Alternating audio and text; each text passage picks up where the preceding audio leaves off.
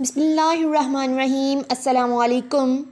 آج کی اس ویڈیو میں آپ سے شیئر کروں گی کہ منگول کون تھے۔ منگولوں کی فتوحات اور زوال پر باقاعدہ گفتگو کریں گے۔ ویڈیو دیکھنے والوں سے ایک گزارش ہے کہ ہمارے چینل کو اور ہماری ویڈیوز کو سبسکرائب ضرور کیا کریں۔ منگول سلطنت انسانی تاریخ کی سب سے بڑی سلطنت تھی جو کوریا سے لے کر یوکرین اور سائبیریا سے لے کر جنوبی چین تک پھیلی ہوئی تھی۔ 12ویں صدی میں منگول سلطنت کے قیام سے قبل منگول مشرقی ایشیا میں کئی قبیلوں میں بکھرے ہوئے تھے۔ منگول قوم ایسے خانہ بدوش قبیلوں پر مشتمل تھی جو ماہر گھڑ سوار تھے اور مویشی پالنے کے علاوہ شکار اور تجارت کرنے سے بھی اپنا گزر بسر کرتے تھے۔ ان تمام قبائل میں منگول بھی ایک قبیلہ تھا۔ ہر قبیلے کا اپنا اپنا سردار ہوتا تھا جسے خان کا لقب دیا جاتا تھا۔ قبائلی ہر صورت میں اپنے سردار کے وفادار رہتے۔ تاریخ سے پتہ چلتا ہے کہ یہ خانہ بدوش لکڑی کے بنے ہوئے گول خیموں میں رہتے تھے جو دور سے مشروم کی طرح دکھائی دیتے تھے۔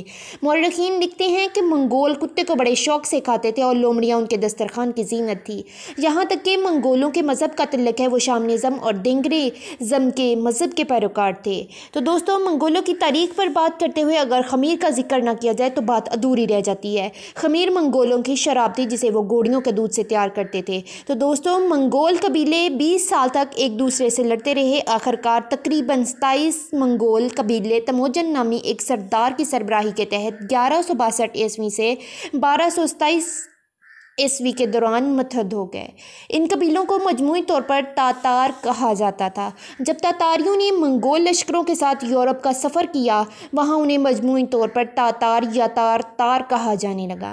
1206 میں منگولوں نے تموجن کو چنگیز خان کا لقب دیا۔ اس لقب کا مطلب طاقتور حکمران ہے۔ اس کے علاوہ اسے عظیم خان کا لقب بھی دیا گیا۔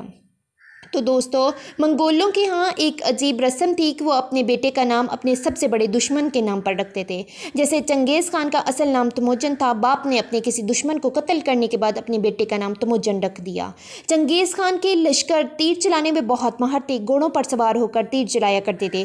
وہ بہت تیزی سے حملہ کرتے تھے، دشمن ان کا مقابلہ نہ کر پاتے۔ ان کے کئی لشکر مختلف قبیلوں پر اچانک حملہ آور ہو جاتے، پھر میدان جنگ ہزاروں میل تک پھیلا ہوتا۔ ان کا ریٹا انسائکلوپیڈیا کے مطابق چنگیز خان جنگ بازی کے لحاظ سے اسکندر اعظم یا نیپولین اول سے بہت آگے تھا۔ وہ بڑی توانائی، ذہانت اور سمجھداری کا مالک تھا۔ چنگیز خان کو قزائی کا لقب بھی دیا گیا۔ چنگیز کی قیادت میں منگولوں میں سب سے پہلے شمالی چائنا اور مشرق میں اسلامی ممالک پر حملہ آور کر کے ان پر قبضہ کر لیا۔ مانچو کے علاقے تک پہنچنے کے لیے چنگیز خان کے لشکروں کو صحرائے گوبی کو پار کرنا پڑا۔ البتہ چین اور مانچو پر فتح حاصل کرنے میں چنگیز خان کو تقریباً 20 سال لگ گئے۔ آخرکار چین اس کے قبضے میں آ گیا تو اس نے وہاں کے عالموں، کاریگروں، انجینئروں کو کام پر لگا دیا تاکہ پتھر پھینکنے والی مشینیں تیار کر پائیں۔ تو دوستو، 1218 میں منگول ایلچی سلطان محمد کی سلطنت کی سرحد پر پہنچے تو وہ محض تجارتی معاہدے کرنے آئے تھے، مگر وہاں کے نگران نے سب کو قتل کر ڈالا۔ اس نتیجے میں منگولوں نے مسلم ملک پر دھاوا بول دیا۔ 3 سال تک لوٹتے اور شہروں اور زمینوں کو آگ لگا دیتے، سلطان کی رعایا میں خون کی ندیاں بہا دیتے۔ تو دوستو، ایک اندازے کے مطابق منگول لشکر تقریباً 2 لاکھ افراد پر مشتمل تھا۔ انہوں نے کوکہف کے شمال میں واقع میدانوں کا رخ کیا۔ راستے میں کئی سامنا کرنے والی فوج کو شکست دی۔ ان میں 80,000 سپاہیوں پر مشتمل روسی فوج بھی شامل تھی۔ آخرکار انہوں نے بحیرہ خزر کے علاقے پر قبضہ جما لیا۔ انہوں نے 8,000 میل سفر گھوڑوں پر طے کیا۔ یہ تاریخ میں ہونے والی سب سے بڑی فتح تھی گھڑ سوار فوج نے حاصل کی۔ تو دوستو، چنگیز خان کی بیوی نے 4 بیٹوں کو جنم دیا۔ تیسرے بیٹے کا نام اکتائی خان تھا۔ چنگیز خان کی موت کے بعد ان کے بیٹے کو خاقان بنایا گیا۔ شمالی چین کے باقی حصوں پر بھی قبضہ جما لیا۔ منگول اپنی کامیابی کے نتیجے میں عیش عشرت کی زندگی کے عادی بن گئے تھے۔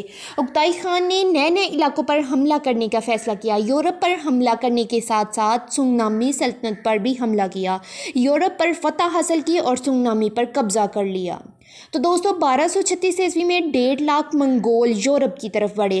روسی شہروں میں جا گھسے۔ منگولوں نے پیشکش کی کہ اگر انہیں تمام مال کا 10واں حصہ روسی شہر والے دیں گے تو وہ انہیں تباہ نہیں کریں گے۔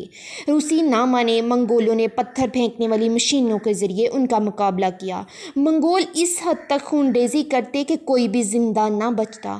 منگول لشکر تباہی مچاتے ہوئے اس علاقے کی سرحد تک پہنچے جو آج جرمنی کہلاتا ہے۔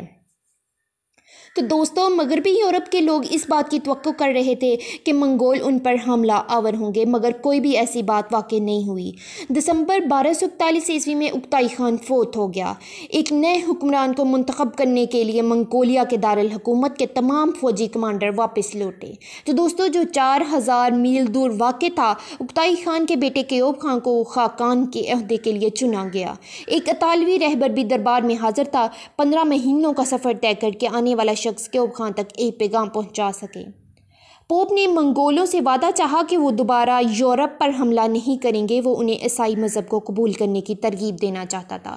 کیوب نے ایسا وعدہ نہ کیا۔ اس نے پوپ کو پیغام دے کر بھیجا کہ بادشاہوں کا ٹولہ اپنے ساتھ لا کر میرے پاس حاضر ہو جائیں اور میری تعظیم کریں۔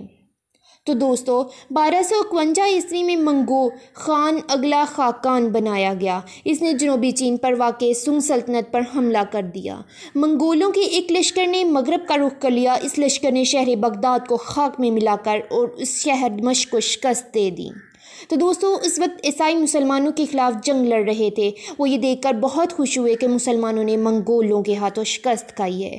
اب ایسا لگ رہا تھا کہ منگول لشکر مسلمان دنیا کو برباد کر دیں گے، مگر منگو خان فوت ہو گیا۔